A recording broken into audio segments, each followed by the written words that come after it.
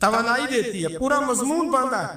اعلیٰ حضرت کہتے ہیں بہروپیہ تھا, مداری, روح بدل بدل کے دکھایا کرتا تھا, بادشاہوں سے انعام لیتا تھا. ایک دن اورنگزیب عالمگیر کے پاس آ گیا, کہنے لگا میں روح بدلوں گا, اگر آپ پہچان نہ سکے تو میں انعام لوں گا. آپ نے فرمایا میں کوئی ایسے ویسا بادشاہ نہیں, کہا مجھے دھوکہ دینا مشکل ہے, کہا نہیں میں روح بدلوں گا. حضرت اورنگزیب عالمگیر بڑے نیک بادشاہ گزرے, بڑے پرہیزگار. وہ بہروپیہ کہنے لگا میں روح بدلوں گا, آپ نہیں پہچان سکیں گے. فرمایا چل جتنا تیرے اندر زور ہے لگا لے.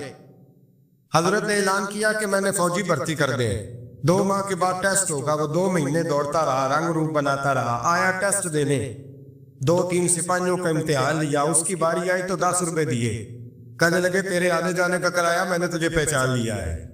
کچھ دنوں کے بعد جانے لگے سفر پر تو بھکاری آ گئے خیرات مانگنے. اس نے بھی سارے منہ پر سیاہی مال لی, کپڑے پھاڑ لیے, سر کے بال مڈا لیے, پگے تک کٹا لی, بدرنگ ہو کے آیا. کیسا آگے کیا تو حضرت نے 10 روپے ڈالے, کہنے لگے تیرے آنے جانے کا کرایہ میں نے پہچان لیا ہے. کچھ دن گزرے تو ٹیچر کی ضرورت تھی, اس نے منہ سے بڑی کر لی, داڑھی نکلی لگا لی, سر پہ جنا کیپ پہن لی, ایک شیروانی لے لی اور ہاتھ میں چھڑی پکڑ کے آیا. کہنے لگا میں استاد ہوں, 2-4 بندوں کا امتحان لیا, اس کی باری آئی تو 5 روپے دیے, 10 روپے دیے, کا تیرا کرایہ میں نے پہچان لیا. 2 سال گزر گئے, وہ جب بھی آتا حضرت پہچان لیتے. ایک دن سفر پہ جا رہے تھے, بہت بڑا لشکر تھا, جہاد کرنے جا رہے تھے اورنگزیب عالمگیر. تو دیکھا ایک پہاڑی ہے, پہاڑی پہ لوگ جا بھی رہے ہیں آ بھی رہے. اورنگزیب عالمگیر پوچھتے لگے یہاں کیا ہے؟ کہنے لگے بابا جی بیٹھے ہیں دعا کرتے ہیں, اللہ کے نیک بندے ہیں. اورنگزیب کہنے لگے یار پرانے لوگ سارے ہی اللہ والوں کو مانتے ہیں, یہ بھی مصیبت آئی ہے جتنی نہیں آئی ہے, سارے لوگ ہی مانتے ہیں.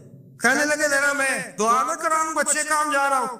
اورنگزیب بادشاہ تھے, بادشاہ لوگ نازک مزاج ہوتے ہیں, گھوڑے سے اترے, بڑی مشکل سے پہاڑی پہ چڑھے, اوپر گئے تو لائن لگی ہے, بابا جی غار میں بیٹھے. کہنے لگے میں نے ملنا, میں اورنگزیب ہوں. انہوں نے کہا ہمارا بابا اس طرح کا پیر نہیں کہ امیر آئے تو رنگ اور ہو, غریب آئے تو اور ہو, یہاں اگر ملنا ہے تو لائن میں لگ جاؤ, سب ایک جیسے ہیں. اب لائن میں کھڑے ہو گئے, 50 آدمی آگے تھے, کہتے 51واں نمبر تھا. تھک گیا دھوپ میں کھڑا کھڑا, جب میں پہنچا غار کے دانے تو میں نے بابا جی کے چہرے پہ نظر ڈالی تو بڑا نورانی چہرہ, بڑی خوبصورت لب و لہجہ. میں نے کہا میرے جیسا آدمی بھی پگڑی باندھ لے تو اچھا لگنے لگ جاتا ہے, بڑا خوبصورت انداز. کہتے ہیں میں ان کے پاس اتحیات کی حالت میں بیٹھ گیا. میں نے کہا حضور میں جا رہا ہوں جہاد کرنے, دعا کرنا. بزرگوں نے ہاتھ اٹھائے, اللہ اس کی مدد فرما, دین کو غلبہ عطا فرما, اسے دین کا سچا پکا سپاہی بنا. پھر تھپکی دی, 2-4 نصیحتیں بھی کر ڈالی, دیکھنا ظلم نہ کرنا, زیادتی نہ کرنا, جب تو جیت کھر نہ کرنا, غرور نہ کرنا, نصیحتیں بھی کر دی. کہتے ہیں اب جب میں اٹھا تو 2-4 دینار بطور نذرانہ مسلح کے نیچے رکھے, اور الٹے قدم جب میں غار سے اترا انہوں نے رومال جاڑا اٹھ کے کھڑے ہو گئے. کہنے لگے آج نہیں تو نے پہچانا, آج نہیں تو نے پہچانا, میرا انعام بنتا ہے, آج نہیں پہچانا, لا پیسے. اورنگزیب کہنے لگا یار تو نے حد کر دی, کہاں چڑھا کہاں کھڑا رہا, دھوپ میں تھک گیا, کمال کر دی بھائی تو نے. بتا تو کیا لے گا, آپ کو جلدی بتا, کتنے لوگ پیچھے دھوپ میں کھڑے ہیں, لشکر سارا کھڑا ہے, کیا لے گا؟ اس نے کہا سب سے قیمتی ہیرے وہ ہے جو تیرے سر کے تاج میں لگے ہوئے, مجھے تیرا تاج چاہیے. او بھائیو سننا اور یاد رکھنا, میرے اعلیٰ حضرت کہتے ہیں بادشاہ نے سر کے اوپر سے تاج اتارا, بہروپیے کے قدموں میں رکھا اور کہنے لگے یہ لے, اور یہ تو تیرا مانگنے پر میں نے دیا ہے نا, میں واپس آتا ہوں تو آنا, میں اپنی مرضی سے بھی تجھے دوں گا. تو نے اورنگزیب جیسے بندے کو دھوکہ دیا, آنا میں اس وقت بھی دوں گا. وہ دیکھ کر پس بات ختم ہو گئی, حق ہو گئی. دیکھ کر کہتے ہیں جب میں پلٹا نا واپس, بہروپیے نے آواز دی بادشاہ ٹھہر جا. تو میں نے پلٹ کے دیکھا تو کہنے لگے یہ اپنا تاج لے جا, اٹھا اور لے جا. میں نے کہا 2 سال بیت گئے تجھے محنت کرتے, آج قابو آیا تو لے جاؤ. کہنے لگا لے جا, مسئلہ سمجھ میں آ گیا. میں نے کہا مجھے بھی تو سمجھانا. کہتے ہیں وہ پھوٹ پھوٹ کے رویا, اس کی آنکھیں برس پڑی, سیلاب کی طرح آنسو بہ نکلے, تڑپا, اور رو کے کہنے لگا بادشاہ میں نے جھوٹ موٹ رسول اللہ کی غلامی اختیار کی تھی, جھوٹ موٹ کی داڑھی, جھوٹ موٹ کی پگڑی, جھوٹ موٹ کا فقر, میں نے جھوٹ موٹ نبی پاک کا لباس پہنا ہے, تو تیرے جیسے بادشاہوں کے تاج میرے قدموں میں آ گئے ہیں. اگر میں سچ مچ رسول اللہ کا غلام بنوں گا تو اللہ کیا کچھ عطا فرمائے, اللہ کتنی نعمتوں سے نوازے. میرے اعلیٰ کیا فرماتے ہیں؟ اعلیٰ حضرت فرماتے ہیں فرشتے بھی کرتے ہیں تعظیم میری. کون جی؟ اللہ. ایسا عقیدہ بھی کم ملے گا جو بریلی کے امام کا عقیدہ ہے.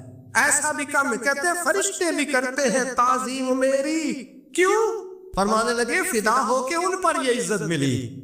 بغداد کے ایک درویش عالم تھے, تو وہ جب بھی نماز پڑھاتے نا تو کسی تاجر کی 2 بیویوں کے بارے میں دعا مانگتے. توجہ ہے میری بات پر؟ نماز پڑھاتے تو کہتے ہیں اللہ اس تاجر کی 2 بیویوں کو اپنی خاص رحمتیں عطا فرما. ایک دن لوگ ان کے گھر اکٹھے ہو گئے, کہنے لگے بابا جی بتائیں تو صحیح وہ بیویاں کون تھی جن کے لیے آپ دعا مانگتے؟ تو فرمانے لگے میرے شہر کا ایک تاجر تھا, بہت بڑا تاجر تھا, مالدار تھا پر بے اولاد تھا. اسے بغداد سے ملک کے شام جانا پڑتا تھا تجارت کرنے, اور کئی کئی مہینے اسے شام کے ملک میں رہنا پڑتا تھا. اس نے اس طرح کیا کہ وہاں بھی ایک شادی کر لی. تو جو ہے نا میری بات پر, کیا کر لیا اس نے؟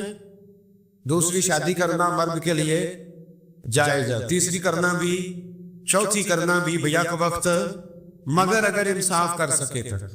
اگر چاروں میں ہم نہ آدھا مسئلہ سنتے ہیں اور آدھا ہی بیان کرتے ہیں.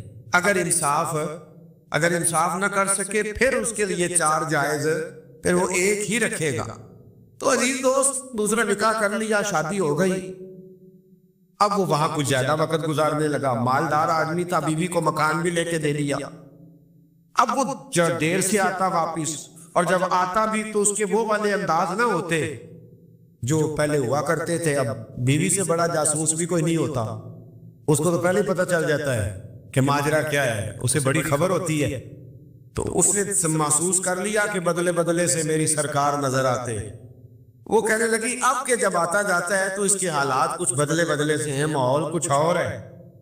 اس نے ایک بوڑھا آدمی جو اس کا عزیز بھی تھا اور سمجھدار بھی تھا اس کو تیار کیا. کہنے لگی اب کہ جب ملک کے شام جائے نا تو اس کا پیچھا کرنا اور خبر کرنا کہ کہاں رہتا ہے, کہاں جاتا ہے, کیا کرتا ہے. وہ بوڑھے بزرگ جو تھے وہ خاتون کے کہنے پر کچھ اس نے کرایہ بھی دیا. وہ اس تاجر کے پیچھے گئے اور واپس آ کے خبر دی. کہنے لگے کہ یہ تو 2-3 سال بیت گئے, اس نے وہاں بھی شادی کی ہوئی ہے, تجھے بتایا ہی نہیں. بیوی بڑی سمجھدار تھی, حوصلہ مند, زیرک, اس نے شور نہیں مچایا. اس نے کہا کہ میں نا اب جب آئے گا نا تو طریقے سے بات کروں گی اور پوچھوں گی کہ ایسا کیوں کیا. اور یہ بھی اس نے آ کے بتایا کہ اگر تیرے ساتھ نکاح کے بعد اسے اولاد نہیں ملی تو اولاد وہاں بھی کوئی نہیں. یہ مکمل تفصیلات. اب جب اس دفعہ خامند آیا تو آتے ہی وہ بیمار ہو گیا, کمزور ہونے لگا. اب خاتون نے مناسب نہیں سمجھا کہ آتے ہی دڑام سے میں اس کے سر پر یہ ٹھوڑ دوں کہ تو نے نکاح کیا ہوا ہے اور مجھے بتایا نہیں. وہ ذرا تسلی میں رہی, کچھ وہ بیمار تھا, حوصلہ رکھا, خدمت کرتی رہی. کچھ دن گزرے تو وہ تاجر انتقال کر گیا, فوت ہو گیا. اب راز کھول نہ سکا, عدت گزاری, اور جب سارا مال جمع کیا نا تو اشرفیوں کی بوریاں بڑھ گئی. سارا مال اس بی بی کا 4 بوریوں میں اشرفیاں.